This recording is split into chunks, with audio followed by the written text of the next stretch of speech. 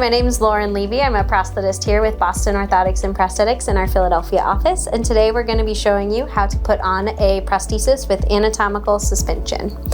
So the first thing is that you'll always need some type of interface on your limb, like a sock. Thank you very much. And then you'll notice this prosthesis has two pieces. So there's the inner liner and the outer shell, or the socket. So we'll first put on this inner liner piece. We'll want to make sure that the dip in the center is lined up here with the center of the knee, so it's not twisted one way or the other. And make sure that's all the way on the limb, and the bottom of the limb is touching the bottom of the liner. And then we'll place this second piece on. Pop! And then she's good to go.